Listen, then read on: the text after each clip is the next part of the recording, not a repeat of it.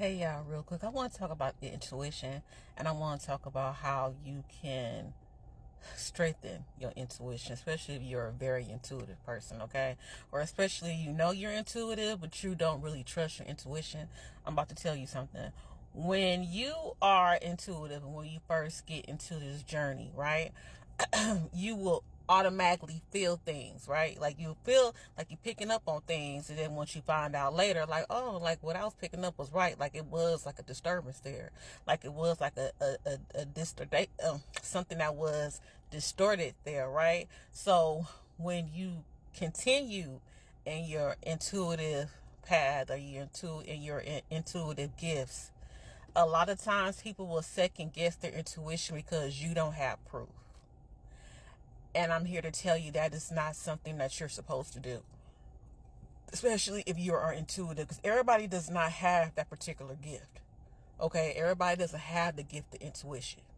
So if you are a very intuitive person,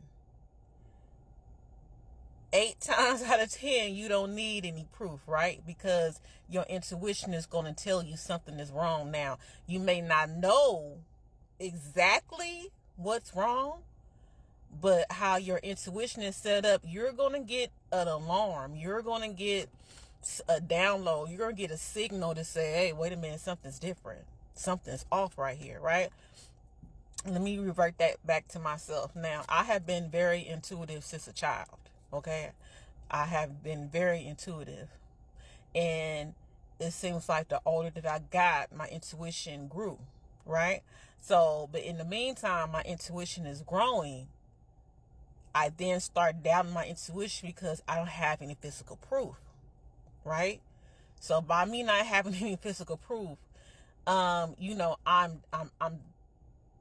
disregarding the messages.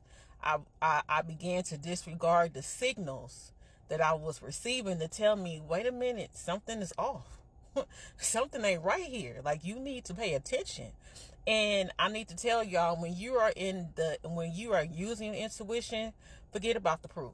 Okay? If you are coming from clear emotional, okay, clear mind, clear thoughts, clear heart space. Now, you can't do this, you're distorted. You cannot do this if you all over the fucking place, okay? You cannot do this if you're going to do something emotionally. You have an emotional turmoil because your emotions and your mind and your heart be racing everywhere. You don't have the peace and the groundedness to combat what you are feeling intuitive and what's happening in real life, okay? This is only if you are a stable mind and body and soul being, okay?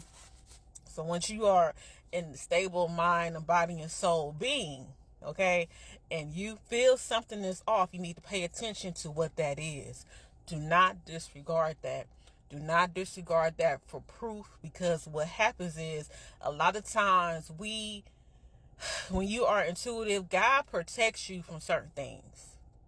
Okay? Because if you was actually able to see what was going on in real time, if you was actually able to hear the shit motherfuckers talk about you behind your back, if you was actually able to witness the actions that people were doing against you, you will be fucking devastated. You will be devastated. That's the reason why a lot of times they don't show up in real time. It's for your protection. They don't show up in this physical realm because if you're from your protection. So if you're a person that's coming from an authentic, genuine place, that's why I always say, you living in your authenticity, no matter what it is, you living in your authenticity and your genuine sense of self is a big key of living life in this world, in this realm, because you can decipher more clearly when you're coming from an authentic place. If someone is able to pull you here, someone's able to pull you here, they're able to whisper this in your ear, they're ready to get this in your hand, and then you're like, okay, yeah, I got it, okay, I get it, and I get it, and I got it. You're not actually being genuine to yourself. You're not actually being genuine to your truest sense of self. So once you are actually genuine in your truest sense of self, you have the ability to be grounded. And once you're grounded, you can see where the energetic disruption is coming from. Because you done already checked your boxes. I feel this way. I'm authentic. I'm genuine. I am real. I feel this way. Okay? This container is filled up with this emotion. But when I go and check the next container, this next container is something off at this container. This next emotions, this next actions, these person's actions, these person's emotions, these person how they're, thinking or talking or acting is off. Pay attention to that. 9 times out of 10, you do not need no proof. Because I said this because there have been times where, I think about something and I might be wrong about it and I just let it go.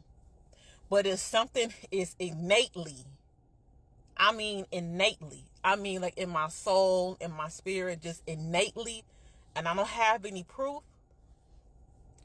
I could find out a couple of years later. I could find out a year later, whatever it is.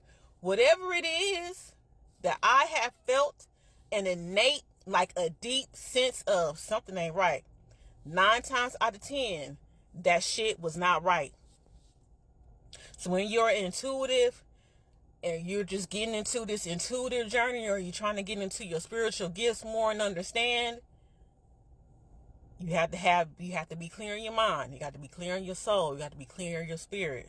Okay? You got to be clear in your heart. Without those things, you will not be able to discern what's going on around you. Okay? So if you are in those spaces and something is off, something's off. Okay? Don't disregard that. Y'all have a good one.